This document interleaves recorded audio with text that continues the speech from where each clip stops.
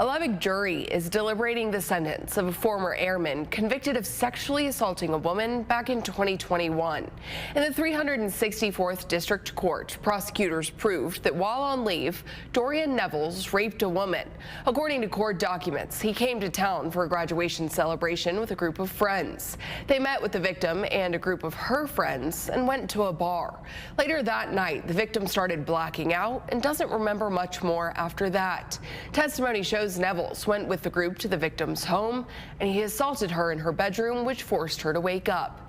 Nevels denied the accusations on the stand, but prosecutors say he lied during his testimony.